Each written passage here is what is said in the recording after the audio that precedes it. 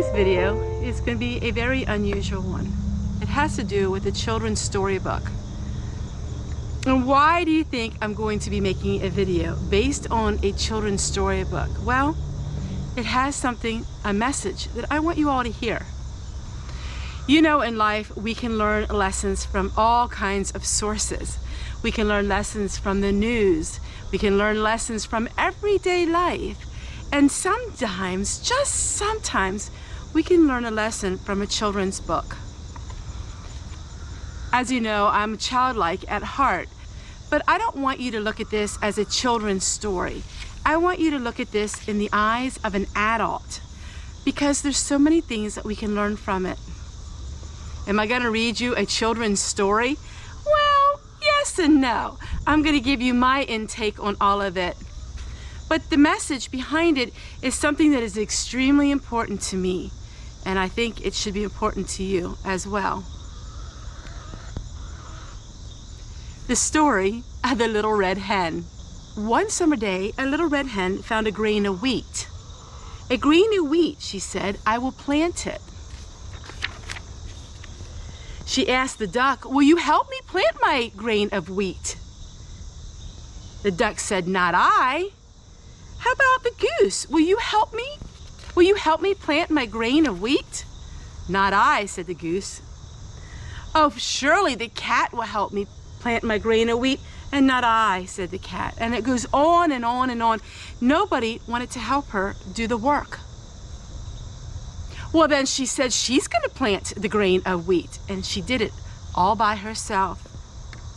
Soon it grew tall, and it was beautiful, but she needed to reap it. In other words, she needed to harvest it. Of course, she asked the goose, and she asked the duck, and the pig, and the cat. And of course, all of them said no. They're too busy enjoying their life, having fun in the sun. They're too busy for all of these things. So then she harvested herself. Well, who will help me carry it? She thought surely somebody would help her carry it, bring it in and take care of it. Of course, nobody would help her. And as you all know, as the children's story goes on, nobody wanted to help her do anything until the final pages of the book. Nobody even wanted to help her cook it or bake it or clean up until it was time to eat. "Hello? Is anybody home? We don't have any food. We don't know what to do." Of course, they all come running because they were ready to eat. They were hungry. "No," she said, "I will eat it myself." Now, the moral of the story is, if you don't work, you don't eat. If you don't prepare, you don't have harvest. What you sow, you will reap in life. And while this is a children's storybook, there's a lot of adults that need to learn this. I see it as the day and age we're living in. So many people want to go their merry way. They want to buy the things they want to buy. They don't want to spend money on preparing. Why would you want to do that when you can live in the moment now? But like this story and so many others, and I'm going to be sharing you different stories and implications of those stories and life lessons. You know, do we hear stories like this made today in children's stories? Do we? There was so many amazing things that were spoken in children's stories of years gone by. And remember the ant and the grasshopper, and all of these stories about, they were about working and earning your pay and earning your keep. But to me, this means more than that. This means, what are we doing? You know, there was many days where I didn't feel like doing the things that I did and being out in the heat in the summer. I didn't feel like doing that, but I thought the future, and what does the future hold?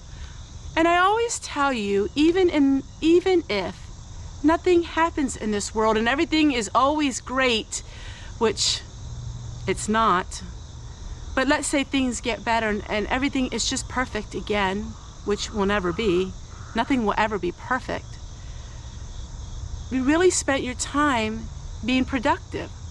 And you spent your time on doing things that kept you busy, kept you productive, kept you keeping on.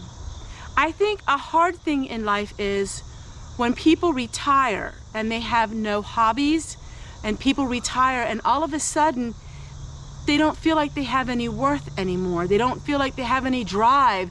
They don't feel like there's anything to do anymore.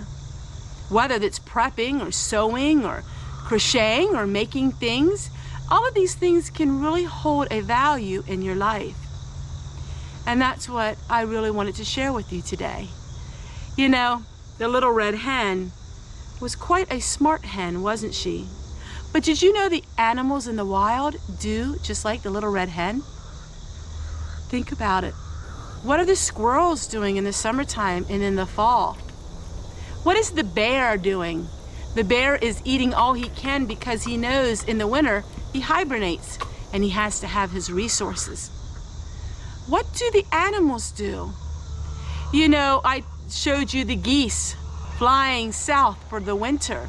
They're preparing. They realize winter is coming here on the northeast, and they're preparing to go south where they can survive. Even the animals of the world prepare. Many of them prepare in ways that are great, like the squirrels and the voles and the moles. They all prepare food. They hide them, they store them up. This year, for the first time, I saw something I never saw before, and that is the squirrels eating green walnuts. The old timers would probably say that means something. I've never seen that before. Did they run out of their reserves from last year, or why are they eating green walnuts? They've never done that ever. And I've been here 11 years, and we have many walnut trees on our property. So while it's a children's story, and you might find it silly to be talking about it on an adult channel, I want you to take a few moments after this video and think about it. What are you doing to prepare for your future? What are you doing as a hobby? Are you creating things? Are you enjoying your life? What are you doing? And I hope this encourages you today that we can all be like the little red hen and prepare for today in case of what happens tomorrow. Take care, everyone, and we'll see you guys. Bye, everybody.